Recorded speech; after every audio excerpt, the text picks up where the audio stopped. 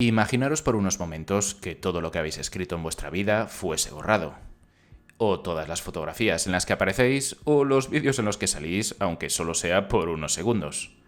O que incluso después de muertos se prohibiera incluso pronunciar vuestro propio nombre. Pues algo similar, pero obviamente adaptado a los tiempos antiguos, era lo que ocurría en la antigua Roma, y se conocía por el nombre de Damnatio Memoriae, lo que viene a significar la condena de la memoria.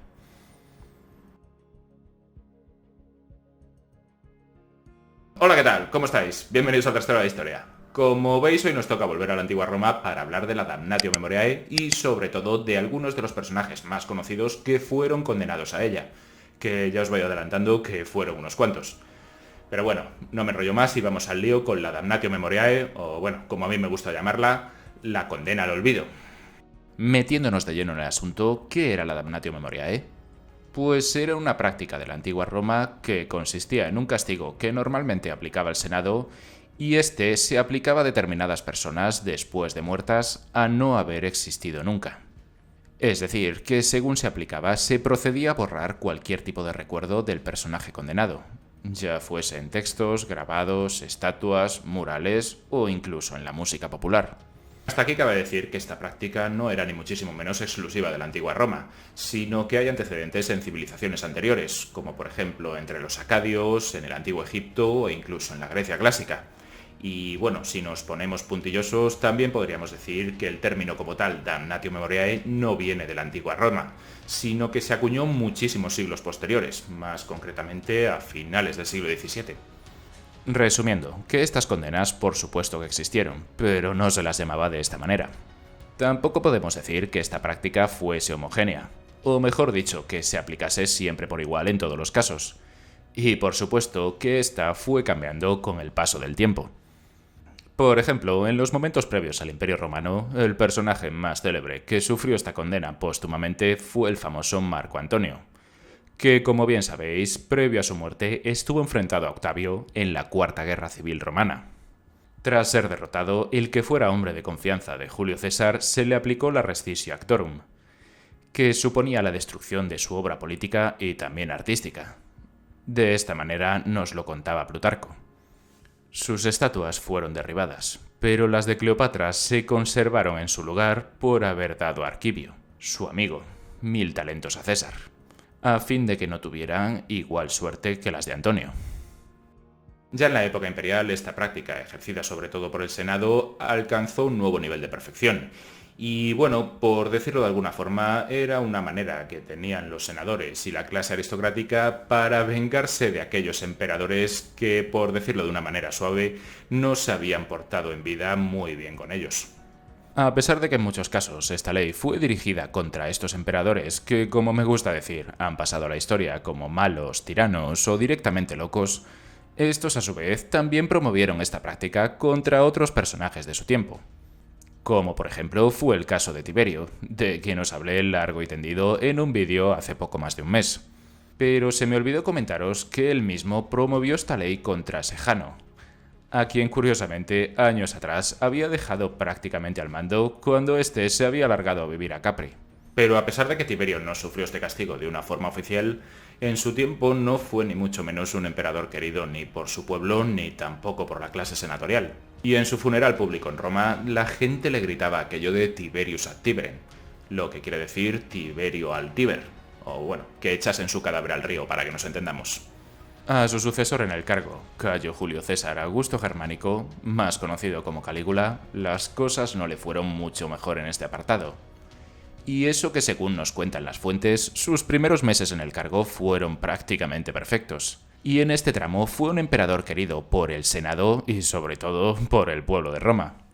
Pero tras recuperarse de una enfermedad que le tuvo al borde de la muerte por un tiempo, Calígula cambió para siempre. Y pasó a ser detestado, primero por la aristocracia y la clase senatorial, y en última instancia también por el pueblo de Roma, lo que hizo que los pretorianos le cosieran a puñaladas. No fue condenado de una manera oficial a la Damnatio Memoriae, pero su cadáver fue llevado a los jardines del Esquilino para después ser incinerado y sepultado bajo el césped. Pero bueno, como suelo decir siempre que hablo de este emperador, casi todo lo que nos ha llegado hasta hoy, de sus tan solo 4 años en el poder, ha sido a través de sus muchos enemigos. Por tanto, es fácil pensar que mucho de lo que se cuenta haya cierto grado de exageración. Ahora vamos con otro emperador que hoy en día comparte esa fama de tirano o emperador loco con Calígula, Nerón, quien, al igual que su tío, comenzó sus primeras etapas de una buena forma, aunque sus buenos momentos se prolongaron durante bastante más tiempo, ya que junto a él tenía a Franio Burro y al filósofo Séneca. Pero con el tiempo muchos irían sufriendo sus iras, Séneca y Burro incluidos, y por supuesto también los miembros de la clase senatorial, algo que hizo que al final de su reinado el Senado le declarase enemigo de Roma incluso antes de morir, procediendo a la destrucción de muchas de sus estatuas. Pero tras la muerte de Nerón, la situación en Roma no fue a mejor, ni muchísimo menos, sino que todo derivó en una inestabilidad política como nunca antes había conocido el imperio hasta entonces. Un periodo que la historia conoce como el año de los 4 emperadores, que ya traté en un vídeo que os dejaré por aquí arriba. Ahora continuamos con otro emperador con una fama más que temible, Domiciano, el último de la dinastía Flavia, quien también empezó de buenas maneras como emperador. Suetonio nos cuenta que en un principio se había ganado la fama de soberano justiciero, tolerante e íntegro.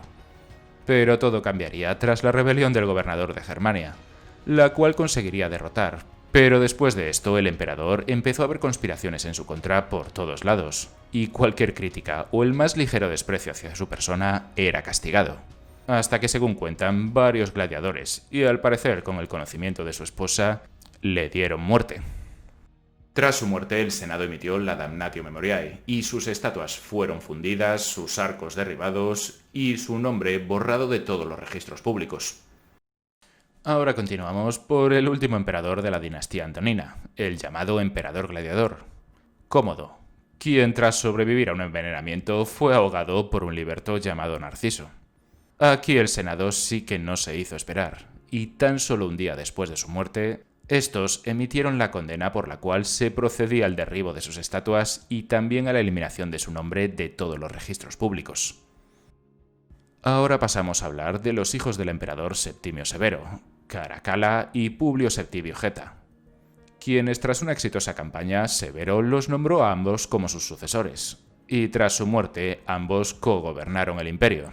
Pero claro, esto de gobernar el imperio entre dos a Caracalla no debió de parecerle muy buena idea, y dado que ellos tenían roces entre sí, Caracalla le invitó a su casa con la excusa de hacer las paces, y allí mismo, cuando éste llegó, ordenó a sus hombres que acabaran con la vida de su hermano Geta, según se cuenta, delante de su propia madre. Pero tras ordenar la muerte de su hermano, no se quedó ahí, ya que ordenó perseguir a todos sus partidarios y también borrar su legado. Uno de los emperadores que probablemente más escandalizó a Roma en su momento fue sin duda el joven Heliogábalo, quien llegó al poder con tan solo 14 años, y enseguida quiso tomar sus propias decisiones, como por ejemplo imponer nuevos dioses en Roma, hacer que los senadores le acompañasen a los rituales y desposarse con una virgen vestal, por no mencionar todos sus escándalos sexuales en palacio. Todo este cúmulo de cosas hizo que cuando el emperador contaba con 18 años, los pretorianos entrasen en su palacio y acabasen con su vida y con la de su madre para después arrojar sus cadáveres al río como si se tratase de vulgares delincuentes. Tras su muerte, todos sus partidarios fueron asesinados, sus edictos religiosos fueron derogados y su nombre también fue borrado de todos los registros públicos.